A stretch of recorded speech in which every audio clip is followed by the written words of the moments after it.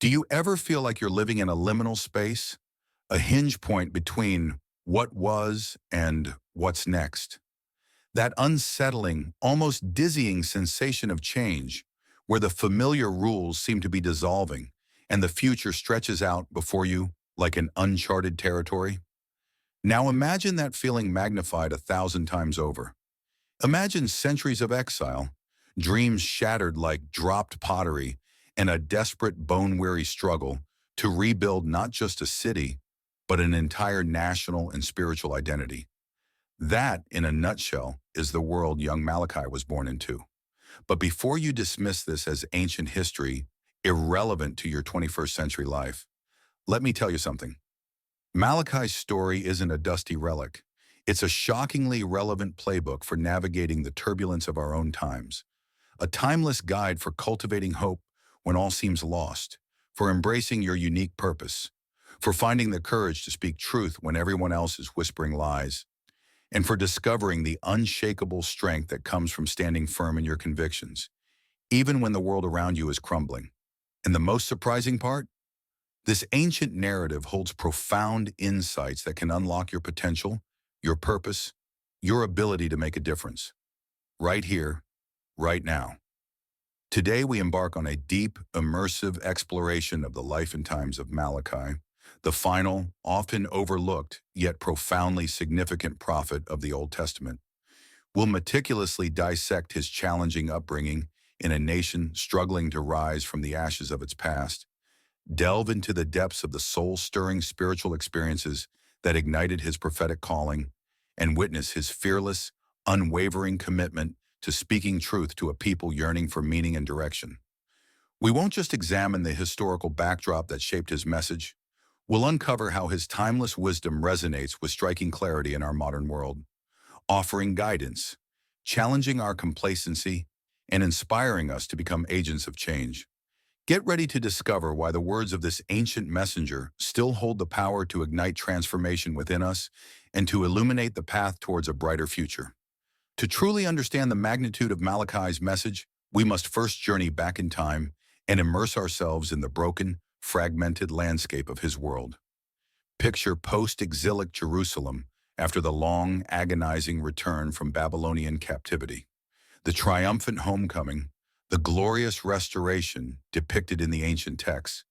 It was a cruel illusion, a shattered promise. Instead of streets paved with gold and overflowing with abundance, the returning exiles found a scene of heartbreaking desolation. The once imposing walls lay in ruins, jagged and broken like a shattered jawbone. The temple, though painstakingly rebuilt, was a mere shadow of Solomon's magnificent creation, a constant, aching reminder of the glory that had been lost. It was like seeing a faded photograph of a beloved ancestor, a hint of what once was, but a stark reminder of what was no more. And it wasn't just the physical structures that were broken. The people themselves were fractured, weary, disillusioned, and struggling to survive in a land that felt utterly defeated. The initial, fleeting euphoria of returning to their ancestral homeland quickly dissipated, replaced by the relentless grind of daily survival, the backbreaking labor of rebuilding homes and livelihoods, the ever-present specter of famine, and the crushing weight of economic hardship. This wasn't the promised land, overflowing with milk and honey, that their ancestors had dreamed of. It was a land of parched fields, crippling inequality, and a pervasive spiritual emptiness that hung in the air like a shroud. The wealthy elite seemed to thrive, accumulating wealth and power, while the poor and vulnerable struggled to find enough food to survive. Justice, once the bedrock of their society, had become a twisted mockery, a privilege afforded only to those with the means to buy it. Perhaps the most devastating aspect of this post-exilic reality was the spiritual decay that had festered within the temple itself. The priests, who were supposed to be the moral and spiritual compass of the nation, had become complacent, self-serving, and utterly indifferent to the sacred responsibilities entrusted to them. They offered blemished and sick animals as sacrifices, a blatant insult to God and a clear violation of the covenant. They neglected the needs of the poor, the widows and the orphans, the very people they were commanded to protect. They treated their sacred duties as a tiresome chore, a means to personal enrichment rather than a sacred calling.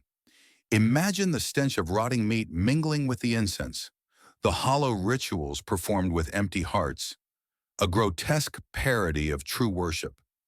This was the spiritual wasteland that Malachi would inherit, a moral vacuum that cried out for a voice of truth and integrity. Now imagine being a child, growing up in the midst of this wreckage. You're constantly hearing the epic stories of Israel's glorious past, the legendary King David, his courage and his unwavering faith, the wise and prosperous King Solomon, builder of the magnificent First Temple, and the countless miracles that God had performed for his people, parting the Red Sea, delivering them from slavery, and guiding them through the wilderness. You hear the whispers of a God who made covenants, who promised blessings, who demanded righteousness. But the reality surrounding you is starkly different. You see crumbling buildings, broken promises, rampant injustice, and a pervasive sense of hopelessness. The weight of this disparity, this crushing contrast between the ideal and the real, is a heavy burden for a young, sensitive soul to bear. Malachi was one of those children, a product of this tumultuous, heartbreaking era. His very name, Malachi, meaning my messenger, seemed to carry the weight of a destiny he couldn't yet comprehend, a premonition of the role he would play in God's unfolding plan. He was an unusually perceptive child, a quiet observer with an acute sensitivity to the contradictions and hypocrisies that swirled around him. He saw the priests mechanically performing their duties in the rebuilt temple, but he sensed the gaping chasm where genuine reverence should have been. He heard the elders reciting the laws of Moses with pious pronouncements, but he observed how many conveniently disregarded those laws in their daily interactions, prioritizing personal gain over ethical conduct. He overheard the hushed whispers of disappointment, the murmurings of doubt, the unspoken questions that hung heavy in the air like a suffocating fog. Where is the prosperity God promised? Has he abandoned us? Is there any meaning left in this broken world? I can relate to these experiences, drawing parallels to moments in my own life where I've witnessed a jarring disconnect between professed beliefs and lived realities.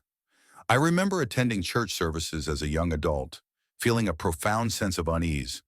The sermons often spoke of love, compassion, and social justice, yet the congregation seemed largely detached from the suffering and inequality that existed just beyond the church doors. It created a cognitive dissonance, a nagging question that wouldn't leave me alone. Why wasn't the transformative power of faith translating into tangible action, into a genuine commitment to alleviating the suffering of others? These observations, these deeply personal experiences, profoundly shaped the young Malachi. He absorbed not only the inspiring narratives of Israel's glorious past, but also the painful, often brutal realities of its present. This juxtaposition, this constant tension between the ideal and the real, created a fertile ground within his soul, a space where the seeds of his prophetic calling could take root and begin to grow. It was within this crucible of contradiction, struggle, and disillusionment that the first faint stirrings of his divine purpose began to awaken, like a dormant volcano slowly rumbling to life. It's tempting to imagine Malachi as some kind of preordained, superhuman figure, born with a fully formed prophetic consciousness. But the truth is far more relatable, far more human. His journey towards fulfilling his calling was gradual, organic, and marked by both moments of profound clarity and periods of agonizing doubt. It began not with thunderous pronouncements or blinding visions, but with a quiet, persistent discomfort, a deep-seated feeling that something was fundamentally wrong, that the chasm between the sacred and the profane had become too vast to ignore. It wasn't simply an intellectual disagreement, it was a visceral ache, a soul-deep yearning for authenticity and truth. He experienced an almost overwhelming desire to witness genuine, heartfelt worship. Worship that wasn't merely a rote performance of rituals, but a vibrant expression of love, devotion, and unwavering commitment to God. When he heard people cynically questioning God's justice, doubting his promises, or complaining about their circumstances, something within him recoiled, a fierce loyalty rising up to defend the honor of the Lord. It was an instinctive, gut-level response, a refusal to passively accept the spiritual apathy and moral decay that had become so widespread. I believe many of us can relate to that feeling, that inner stirring that arises when we encounter injustice, hypocrisy, or a blatant disregard for truth. Have you ever felt that insistent tug, that deep-seated sense of wrong that simply refuses to be silenced? That inner voice is often the first subtle indication that something significant is stirring within you, a purpose waiting to be awakened, a calling yearning to be answered. These intense, often conflicting emotions were the initial clues, the subtle whispers of God's Spirit, signaling that Malachi was being prepared for a role that transcended his own limited understanding. The young man didn't yet fully grasp the magnitude of his destiny, but he recognized that he could no longer ignore or suppress these powerful inner sensations. They were beckoning him towards something greater, something more profound, something that demanded his attention and his obedience. One clear, star-studded night, as he stood beneath the vast expanse of the Jerusalem sky, lost in contemplation and wrestling with his inner turmoil, Malachi experienced a pivotal moment, an epiphany that would forever alter the course of his life. It wasn't a dramatic, earth-shattering vision, nor a booming voice from the heavens that commanded his attention. Instead, it was a gentle whisper, a quiet but unmistakable inner voice that resonated deep within his heart. In that moment of profound stillness, he felt an overwhelming conviction, a certainty that God had a specific, purposeful plan for his life. And that plan, he intuitively understood, involved speaking truth to a nation that had lost its way, a people who had become spiritually adrift, mired in complacency and despair. Think of other transformative figures throughout history, individuals like Mahatma Gandhi, who peacefully resisted British colonial rule in India, or Martin Luther King Jr., who led the fight for civil rights in America. They too experienced moments of profound challenge, moments where they were forced to confront injustice and oppression, and they each had that deep-seated conviction, that inner fire, that spurred them to action, even in the face of overwhelming odds. Malachi's experience was similar, a gradually unfolding awareness that he was being called to contribute something significant, to challenge the status quo, and to become an instrument of God's transformative power. This resonates deeply with my own experiences. I recall a pivotal moment in my life when I felt a similar stirring, a persistent sense that I was meant to pursue a path that was both more challenging and more meaningful. I was working in a corporate environment, enjoying a comfortable salary and a predictable routine, but I couldn't shake the feeling that my talents were being underutilized, that I was capable of making a more significant contribution to the world. It started as a quiet discontent, a subtle voice that whispered in the back of my mind, urging me to step outside my comfort zone and explore new possibilities. It wasn't an easy decision. There was fear, uncertainty, and the very real temptation to simply remain in the safety and security of the familiar. But the inner prompting grew stronger, more insistent, until I finally realized that I could no longer ignore it. I took a leap of faith, leaving behind the corporate world to pursue a career that aligned more closely with my values and my passion for making a positive impact. Looking back, it was undoubtedly one of the most difficult, yet most rewarding decisions I've ever made. It taught me the power of listening to that inner voice, of trusting that deeper sense of purpose, even when the path ahead seems uncertain. This transformative experience, this encounter with the divine, served as a catalyst for Malachi's intense journey of preparation, a period of profound self-reflection, rigorous study, and unwavering spiritual growth. In the years that followed, he wholeheartedly dedicated himself to immersing himself in the ancient scriptures, devouring the words of the prophets who had come before him. He wasn't simply reading these texts as historical documents. He was seeking to understand the very heart of God, to discern the underlying principles and the timeless truths that had guided Israel for centuries. He spent countless hours in prayer and meditation, allowing the sacred words to penetrate his mind, challenge his assumptions, and ignite his own prophetic fire. He wasn't just studying theology. He was seeking a personal encounter with the living God. Malachi also embarked on a deliberate and disciplined course of observation, immersing himself in the vibrant, often chaotic tapestry of everyday life in post-exilic Jerusalem. He became a student of human nature, carefully observing the interactions, the conversations, and the struggles of the people around him. He listened attentively to the lively debates that unfolded in the bustling marketplaces, absorbing the concerns, the hopes, and the frustrations of the common people.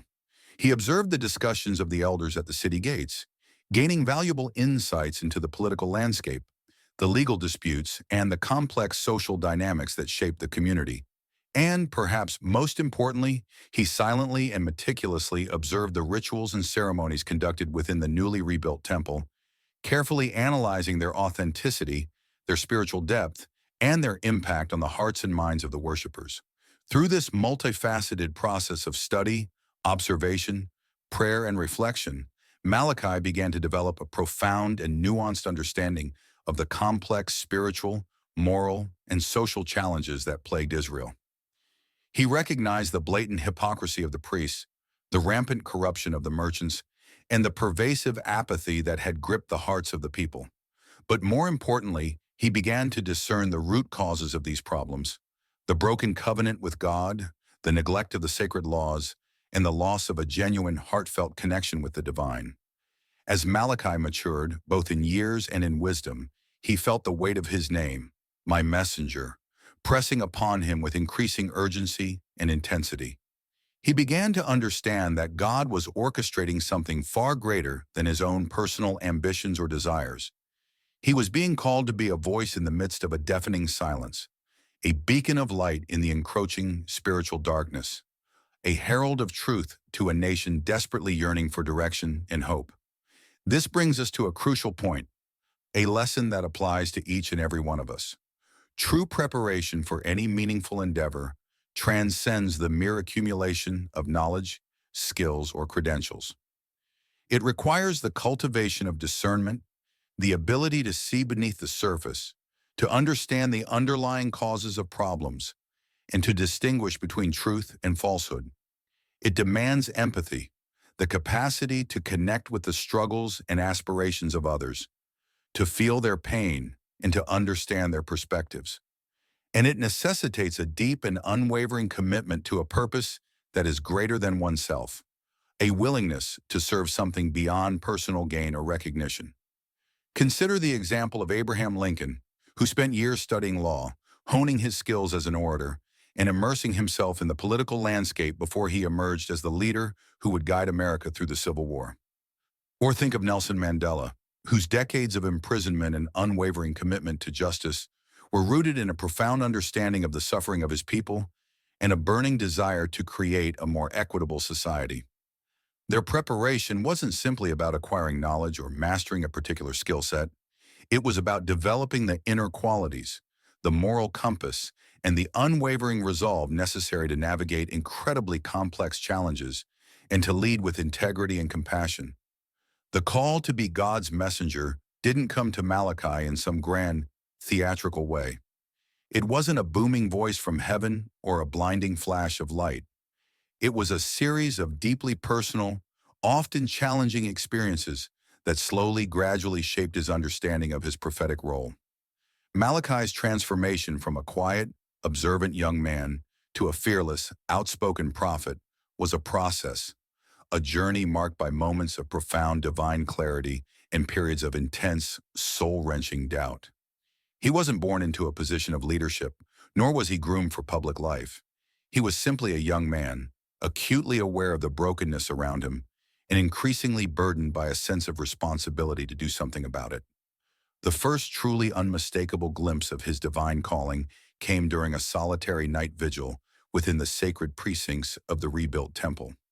As he watched the priests mechanically performing their prescribed duties, their faces betraying a palpable lack of genuine devotion, Malachi was suddenly overcome by an overwhelming sense of God's presence. In that charged moment, words formed in his mind with astonishing clarity, as if etched onto his very soul. "Behold, I send my messenger, and he will prepare the way before me. And the Lord whom you seek will suddenly come to his temple. The messenger of the covenant in whom you delight. Behold, he is coming, says the Lord of hosts." Malachi 3:1. The sheer weight of this revelation left Malachi stunned, reeling. Could it be possible? Could he be the messenger spoken of in this ancient prophecy? The very idea seemed preposterous, ludicrous to the young man who, until that moment, had been merely a silent observer, a witness to the struggles and failings of his people. In the days and weeks that followed, Malachi wrestled with a torrent of doubts and fears. Who was he to presume to be chosen as God's spokesperson? He lacked the eloquent oratory skills of Isaiah, the fiery passion of Jeremiah, the commanding presence of Moses. How could he possibly hope to confront the powerful religious and political establishment and call an entire nation to repentance? These overwhelming doubts gnawed at him, consuming his thoughts, leading him to question every aspect of his life, his abilities, and his faith. Malachi endured sleepless nights, tossing and turning, grappling with the sheer enormity of the task that seemed to be laid out before him. In his darkest moments, he contemplated running away, fleeing from this overwhelming calling, terrified that the weight of responsibility would crush him beneath its immense burden. He must have felt utterly inadequate, completely unprepared for such a monumental undertaking. It's easy to imagine him pacing back and forth, his mind racing, his heart pounding, desperately searching for a way out, an escape from the destiny that seemed to be closing in on him. Have you ever experienced that feeling? That overwhelming sense of inadequacy, the fear that the challenge before you is simply too great, too daunting? That feeling of being utterly unprepared, of not having what it takes? That's a profoundly human response, a natural reaction to the unknown. But it's what we do in those moments of doubt and fear that ultimately defines us. And Malachi, despite his overwhelming fear, didn't give up. He didn't run away. He wrestled. He questioned. He sought answers. It was during this period of intense internal turmoil, this crucible of doubt and faith, that Malachi experienced another profound encounter, one that would solidify his calling and provide him with the strength he needed to move forward. While walking alone in the rugged, desolate hills outside Jerusalem, lost in contemplation, wrestling with his feelings of inadequacy, he was startled by a voice that seemed to emanate from the very air around him, from the very fabric of creation itself. "I have loved you," says the Lord, "but you say, 'How have you loved us?' Is not Esau Jacob's brother?" declares the Lord. "Yet I have loved Jacob." Malachi 1:2. These words, simple yet profound, pierced through the layers of doubt and fear that had enveloped Malachi's heart. They spoke of a love that was unconditional, a love that transcended human understanding, a love that chose him, not because of his worthiness or his abilities, but simply because of God's sovereign grace.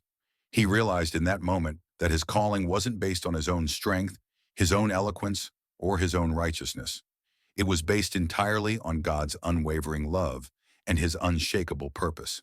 This divine love, which had chosen the flawed and imperfect Jacob over his seemingly more deserving brother Esau, was now choosing Malachi, despite his weaknesses and insecurities, for a specific and significant task. With this profound realization, Malachi's doubts began to dissipate like morning mist burned away by the rising sun. He understood that God wasn't calling him to be great in and of himself, but to be a conduit, a channel for God's own greatness. His perceived inadequacies weren't obstacles. They were opportunities for God's power to be made perfect in his weakness. He didn't need to be perfect. He needed to be faithful. He didn't need to be eloquent. He needed to be obedient. He didn't need to be fearless. He needed to be willing. The definitive moment, the turning point when Malachi finally and fully embraced his destiny as the last prophet of the Old Testament, came after a night of fervent, agonizing prayer. Prostrated before the altar in the newly rebuilt temple, his body trembling, his heart overflowing with both fear and anticipation, Malachi clearly heard the words that would seal his commitment, that would forever bind him to his prophetic calling. "For from the rising of the sun to its setting, my name will be great among the nations, and in every place incense will be offered to my name, and a pure offering. For my name will be great among the nations, says the Lord of hosts." Malachi 1:11. In that instant, the full scope of his mission, the vastness of God's plan, unfolded before him like a panoramic vista. He understood that he wasn't merely speaking to the people of Israel, to his own generation. He was participating in a divine drama that encompassed all nations, all peoples, all of time. His calling was to be a vital link in the unbroken chain of prophecy, preparing the way for a new era in the worship of God, an era that would transcend the boundaries of ethnicity, geography, and culture. With a mixture of trembling awe and profound reverence, Malachi finally uttered his yes to the divine calling. He knew that the path ahead would be fraught with challenges, that he would face fierce opposition, ridicule, and perhaps even persecution. But he was now anchored, grounded in the unshakable certainty of God's love and the unwavering conviction that he was fulfilling a divinely ordained purpose. From that pivotal moment forward, Malachi fully embraced his identity and his role as God's chosen messenger. His words would no longer be tentative whispers or hesitant inquiries. They would be bold, uncompromising proclamations of divine truth. He was ready to confront the powerful, to comfort the brokenhearted, to challenge the complacent, and to prepare the way for the long-awaited coming of the Lord. The young man who had once trembled before the sheer magnitude of his calling now stood tall, transformed into a fearless prophet whose words would reverberate through the centuries, echoing down through the corridors of time, challenging, inspiring, and transforming the lives of countless individuals. Malachi, the last of the Old Testament prophets, was finally ready to fulfill his destiny, to deliver God's message to a world desperately in need of hope, redemption, and a renewed connection with the divine. Empowered by his newfound conviction and fortified by the unshakable certainty of his divine calling, Malachi faced his first formidable challenge, confronting the deeply entrenched corruption that had festered within the very heart of the temple, among the priests themselves. These religious leaders, who were meant to be living exemplars of piety, integrity, and unwavering devotion to God, had instead become symbols of greed, hypocrisy, and spiritual apathy. They were offering blemished and diseased animals as sacrifices, a blatant violation of the Mosaic law, and a profound insult to the holiness of God. They were neglecting the needs of the poor, the widows and the orphans, the very people they were commanded to protect and care for. They were treating their sacred duties as a mere formality, a means to personal enrichment rather than a sacred calling, a sacred trust. Imagine the scene. A young man relatively unknown, with no official authority or position, standing before these powerful, influential figures, accusing them of betraying their sacred vows and desecrating the very house of God. It was an act of extraordinary courage, bordering on recklessness. With a boldness that surprised even himself, Malachi strode purposefully into the temple courtyard during one of the most important and well-attended religious celebrations. His voice, once hesitant and unsure, now resonated with the unmistakable authority of the divine, cutting through the noise and the chatter like a sharp sword. "And now, O ye priests, this commandment is for you. If ye will not hear, and if ye will not lay it to heart, to give glory unto my name, saith the Lord of hosts, I will even send a curse upon you, and I will curse your blessings. Yea, I have cursed them already, because ye do not lay it to heart." Malachi 2:1-2. Malachi's words fell upon the assembled crowd like a sudden, violent thunderstorm. The priests, accustomed to being treated with deference, respect, and even fear, were stunned into silence by this audacious public rebuke. Some reacted with barely concealed fury, their faces flushed with anger, their fists clenched in rage.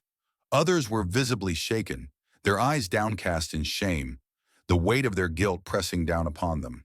But regardless of their individual reactions, all those present felt the undeniable power of the divine accusation, the inescapable truth of Malachi's words. They knew deep down that he was speaking the truth, that he was exposing the rot that had festered within their hearts and within the very fabric of their religious institution. Malachi, however, did not limit his prophetic pronouncements to the realm of religious practice. He fearlessly extended his critique to encompass the pervasive social injustices that were rampant throughout the land. He spoke out with righteous indignation against those who exploited their workers, denying them fair wages and subjecting them to inhumane working conditions.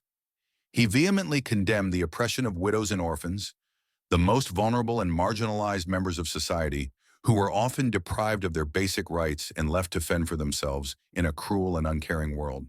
He railed against those who cheated and defrauded foreigners, taking advantage of their unfamiliarity with local customs and laws to enrich themselves at their expense. On one particularly memorable occasion, Malachi boldly confronted a group of wealthy and influential merchants who were openly and brazenly manipulating weights and measures in order to deceive and swindle the poor. Standing in the very center of the bustling marketplace, surrounded by a throng of onlookers, he thundered, "Will a man rob God? Yet ye have robbed me. But ye say, wherein have we robbed thee? In tithes and offerings." Malachi 3:8. This audacious accusation, accusing them of robbing God himself, was a direct and devastating challenge to their authority and their ill-gotten gains. It sent shockwaves through the marketplace, instantly igniting a firestorm of controversy and outrage. The enraged merchants, their faces contorted with fury, began to close in on Malachi, forming a menacing circle around him. Their voices rose in a cacophony of angry protests, threats, and accusations. Some shouted for his immediate arrest, demanding that he be brought before the authorities to answer for his blasphemous words. Others called for swift and brutal street justice, eager to silence his dissenting voice once and for all. It was a volatile and dangerous situation, and Malachi's life hung precariously in the balance. It was only through the courageous intervention of a small band of his devoted followers, who bravely stepped forward to shield him from the angry mob, that Malachi was spared from imminent physical harm, and perhaps even death. Real-life parallels to Malachi's courage abound throughout history. We see it in John the Baptist, who fearlessly condemned the immoral behavior of King Herod, ultimately paying the price with his life. We see it in Martin Luther, who boldly challenged the corrupt practices of the Catholic Church, sparking the Protestant Reformation and forever changing the course of Christian history. We see it in countless other individuals, both famous and unknown, who have risked their lives, their reputations, and their livelihoods to stand up for what they believed in, to speak truth to power, and to fight for justice and equality. Standing firm in the face of corruption and injustice is never easy. It often requires immense courage, unwavering conviction, and a willingness to endure hardship and persecution. But it is a necessary and vital part of creating a more just and compassionate world. The reactions to Malachi's prophetic message were as varied and complex as the people of Israel themselves. Some dismissed him as a mere troublemaker, a radical agitator who was deliberately disrupting the peace and threatening the stability of the fragile post-exilic society. They saw him as a dangerous extremist, a threat to the established order.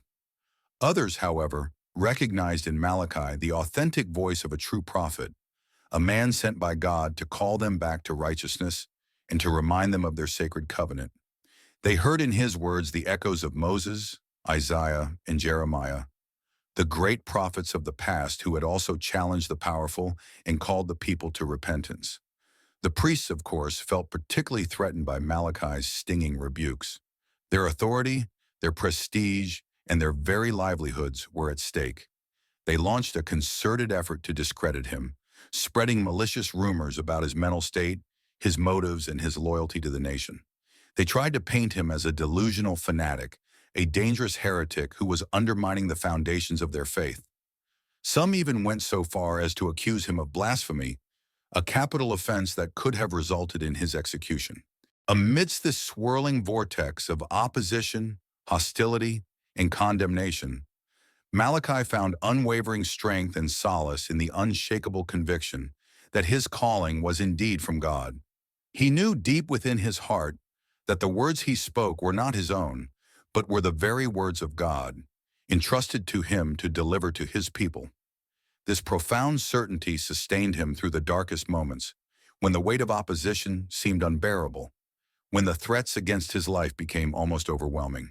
He clung to his faith, drawing strength from prayer, meditation, and the unwavering support of his small but devoted band of followers.